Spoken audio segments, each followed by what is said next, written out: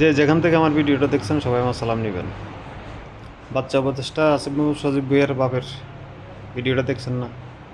ওই যে বাংলা ভিশন, বাংলা ভিশনে যে তাদেরকে বাঁশটা দিয়ে দিল, আসলে বাঁশ দেয় নাই, অত্যন্ত সাহস করে বাংলা ভিশনের সত্যটা উন্মোচিত করলো বাংলাদেশের মানুষের কাছে।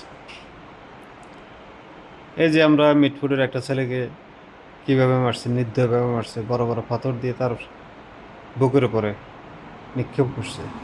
আহ, কি কষ্ট! সেমভাবে কুপিয়ে, জবাই করে, পাথর দিয়ে থেতলিয়ে কুমিল্লা মুরাদনগরের এক ফ্যামিলির 3জন মানুষকে কীভাবে নির্মমভাবে হত্যা করছে এই আসিফ ভুঁইয়া বাপে, আসিফ আসিফ মাহমুদ সজীব ভুঁইয়ার বাপে।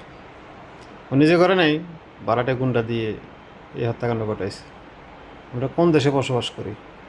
এই পর্যন্ত কোনো থানায় কোনো মামলা হয় নাই। এর আগে এই নাটকটা সাজাইছে কি, তারা মাদক ব্যবসা করে, সেই জন্য তাদেরকে গণপিটুনি দিয়ে মেরে ফেলছে। মাদক ব্যবসা করুক, কোনো একজন মানুষকে মার্ডার করুক, তার বিনিময়ে তো আপনি তাকে হত্যা করতে পারেন না।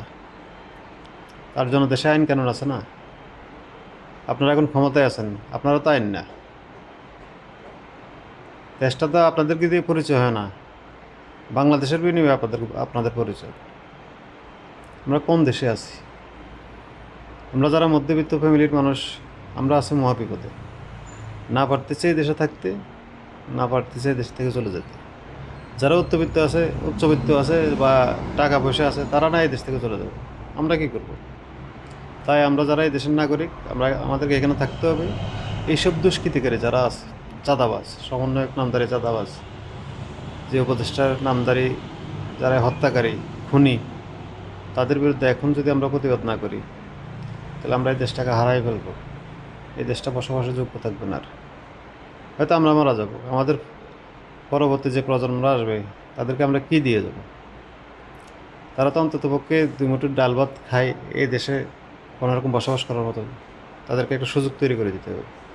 আমরা যখন প্রতিবাদ না করি, এদের বিরুদ্ধে যদি আওয়াজ না তুলি, এই হত্যাকারীদের বিরুদ্ধে, তাহলে আমরা তো আমাদের পরবর্তী প্রজন্মের কাছে আমরা কীভাবে, তারা আমাদের জন্য মৃত্যুর পরে দোয়া করবে?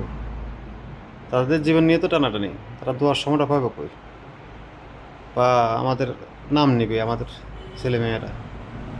তাই আসুন, এসব দুষ্কৃতিকারীর বিরুদ্ধে যে যেখানে আছে ওখান থেকে আওয়াজ তুলি। দুষ্কৃতিকারী নিপাত যাক, আমাদের সোনার বাংলা শান্তি থাক।